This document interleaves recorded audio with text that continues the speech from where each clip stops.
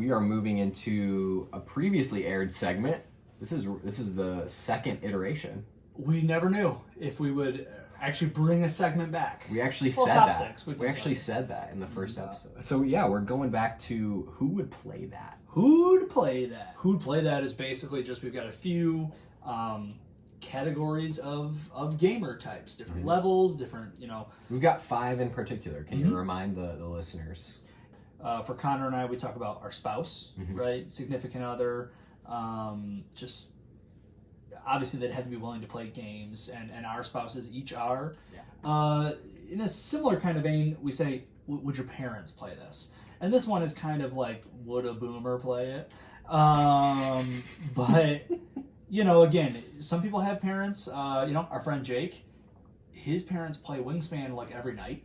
They love that game, so they'll play a hobby board game. They play lots of games. And then we'd say basically beginners, your cool friends, which is kind of like someone who's definitely down for a game night, even might get really into it, but you bring out the really heavy, complicated 3-hour game, and they're out at that point. They haven't crossed the line into being a gamer, and they might never. They might just really be satisfied with playing a certain level, kind of an intermediate sort of thing. And then we have your gamers. This is just sort of your diehards, people who you said Twilight Imperium next Saturday, 9 hours. I'm in, So, but they might also have what we would call a pretty refined taste, and there might be some games that they wouldn't even want to bother with. Right. So, so we're gonna pick 3 games. And we're basically just going to say who'd play that. That's right. Kick us off with the first one. Yeah, so first one, very, very popular on the hotness, you might call it, is Root, the war counterinsurgents game with friendly little animeeples. You always say counterinsurgents, which is funny to me because I think the word that that absolutely, it's the word for Root would be asymmetrical. Same, yeah. But that's like the hook on it. Asymmetrical powers, yeah. Because if you were just playing a game and everyone was the cats, that's not that hard of a game. It's got a little bit going on, but that's not. Yeah. What is gonna make it questionable for some of these is every single faction has its own way that it plays. You win the same. Its own rule set. Effectively. Everything. That's true. So you're a big Root fan. I'm a big Love Root fan. Root. I am a big Root fan. I haven't played in a while. Is your spouse playing Root? She's played it. Is she playing it again? Taylor loves Root. Okay. Taylor's a beast at Root. Yeah. Actually, she's super good at Who's Root. her faction? Irie. Interestingly enough. Okay. With a decree and all. So, Taylor's playing Root. My spouse is playing Root. I don't know. Yeah, mine's not. That spouses. Right. In the across ether, across the globe, are playing Root. Yeah, well, and also a lot of that spouse one that a lot of times comes down to is it a good 2-player? Are we on a Tuesday night? It's not. It's definitely not. It doesn't work. It's not meant to be. And they're not touting it as a 2-player game. So I would say Root doesn't fall into the spouse category ultimately for me and my spouse. Yeah, 100%. Yeah. Parents? No, never. We can skip that one. Your parents aren't playing this. They're not. Sorry. Beginners? Beginners, this is the most interesting one, I think, actually, because Root, as far as mechanisms, super simple. Once I figure out what terms mean, like once I figure out what a roost is or what a clearing is in the game or what it means to take a certain action, because they all have kind of obscure names. But the effect that they take is relatively simple. I would say, with the exception of the Woodland Alliance, the Woodland Alliance is awesome, but I think it's the most complicated to understand from the rules. The green toast. That's right. You might be blinded by the love.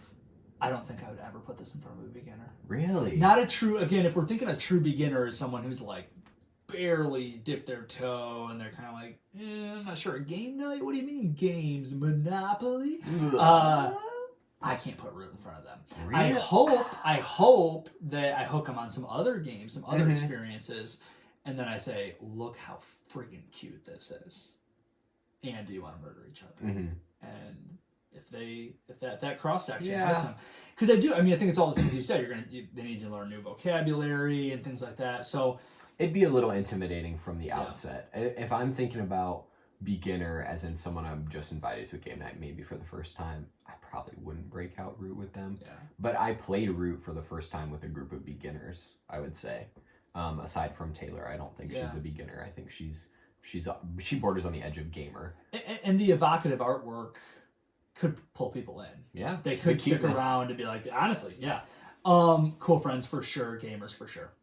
Yeah, easy. That's easy. Roll through. What I will say is you don't want gamers, and if you're going to try this with beginners, don't bring a gamer in, because the beginners that'll be a beat down. Is smoked, and that's going to be a bad feeling. You did the thing where you did the Austin Powers reference and made me laugh. All right, number 2. Who does number 2 work for? Number two is Zombicide. There are a million Zombicides. I would say our preferred. We haven't played them all, but my preferred would be Black Plague and Green Horde. Just kind of that. Yeah.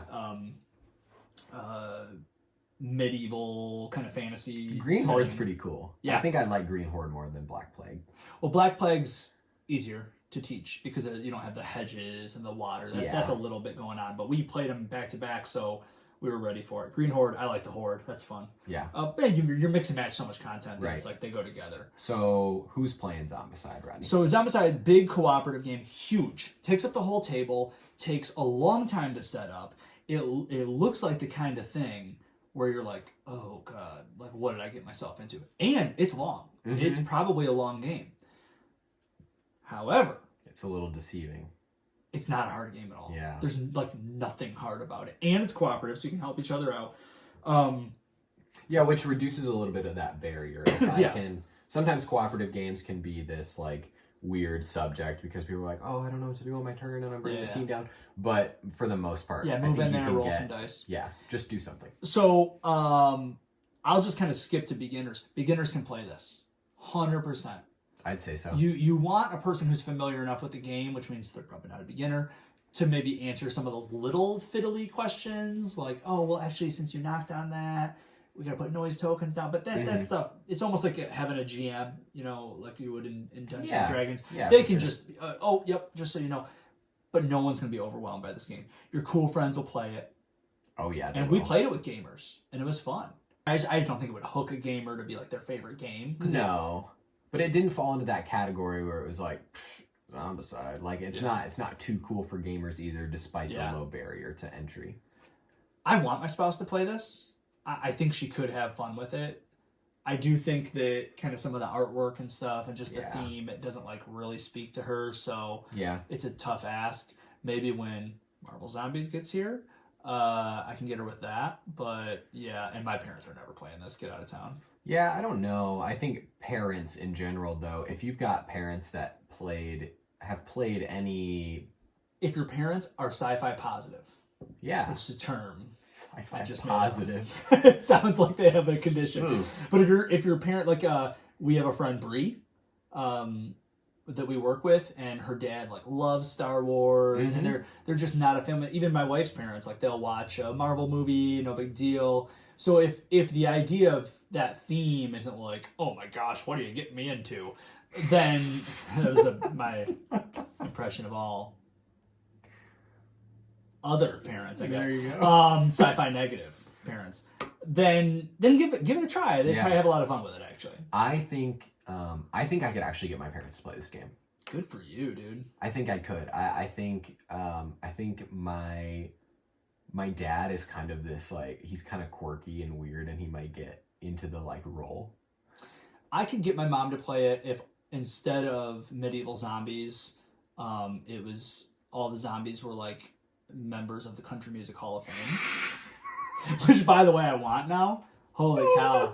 That'd be great. Like a George Jones and, like, a Waylon Jennings zombie. Oh, my gosh. Simon. I don't know. Last one, a game that we played just 2 nights ago. Yeah, that is Role Player. Role Player is an awesome game. This is the first time I've ever played it. It's very multiplayer solitaire in the sense that, like, I'm pretty much only doing my own thing, and the way that other people affect me is really only, I mean, it's a dice drafting game at the core of it. And there's pretty much always something that I can do to either affect my dice. I can probably take something that's not super advantageous. I never felt like during the game it was like, oh man, you took the die I wanted. Like it didn't feel like that at all. And the reason that I bring that up is because I think a lot of games, when they're kind of in that level of multiplayer solitaire, it's easy to introduce to somebody because you're not facing off really with each other. You're not like beating Riley each loves other those games. She wants to just work on her own thing. The initiative, like the turn order and stuff, had some moments where it's like, I'm gonna skip ahead of you, but no, not really. We played role player with I think 2 out of the 3 expansions. If you're doing that, you're adding a lot of weight to it. There's more to consider. Overall, this is probably more the light medium game, the base game. You add that in, you're getting on the heavier side of the medium, but it still stays in that medium territory. My spouse would play this if I same. got it to the table. It has a lot of Sagrada vibes if you're familiar with that game. Thematically, no, but like what you're doing, dice placement and things like that. My parents are not playing this game. 0% chance. Yeah, I don't think mine are either. Actually, I think it crosses the border because it's a little too abstract. Like Zombicide is really straightforward. Yeah. And role player is kind of would be like, what did the dice have to do with what else we're doing? And that would feel a little disconnected, I think, for my parents. So they're not playing this for sure. And mine again, this will just be a theme when I answer for my parents. That theme of just kind of like the somewhat dark, generic fantasy. No, all set.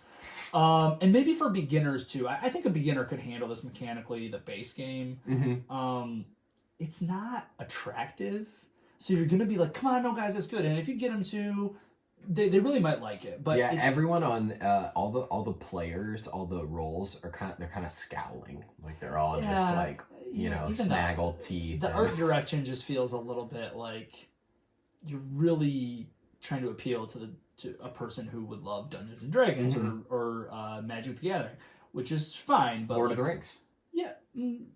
Yeah, but it's just still, even that has more mass appeal. I think it's just like it had a darkness to it. I think not the Res Arcana thing, but just kind of like, why is my guy so? Yeah, it seemed kind of unnecessary. If you took the Everdell theme and artwork and put it on top of Role Player.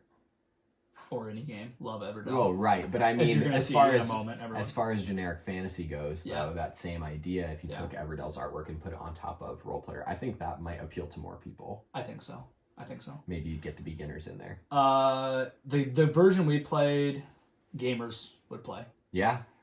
Cool Friends. Cool Friends might be out. Oh, okay. No, go for it. Interesting. Go for it. I think it's not hooking them enough. I think the concept is pretty basic, and I think with Cool Friends, you've got to get some kind of hook, some kind of thing that really draws their attention. And Role Player just isn't that for me. That's why I say these are almost like your friends that play Wingspan, right? Because that unique theme and the cool components and all that stuff is like, oh, that's interesting, I'll play. And then the game is good and it's not overwhelming and they might win, right? It's not like, and so that's where the Cool Friends come in. I think the buttload of dice might get the Cool Friends in the door, but it kind of teeters on that edge. It's an official gaming term. Buttload. Yeah. I thought it was about a 3/4 buttload, but you thought it was a full buttload? Full buttload. Wow. That's unbelievable. Well, so there we go. Another who'd play that with some. So they're all kind of, to me, in that medium range. Zombicide closer to light, Root closer to heavy. That's our mascot, Rue, the dog upstairs, by the way. And then a Role Player, maybe right smack dab in the middle. So kind of interesting. And you got to know what your people like. Right. Yeah, absolutely. That's another part too.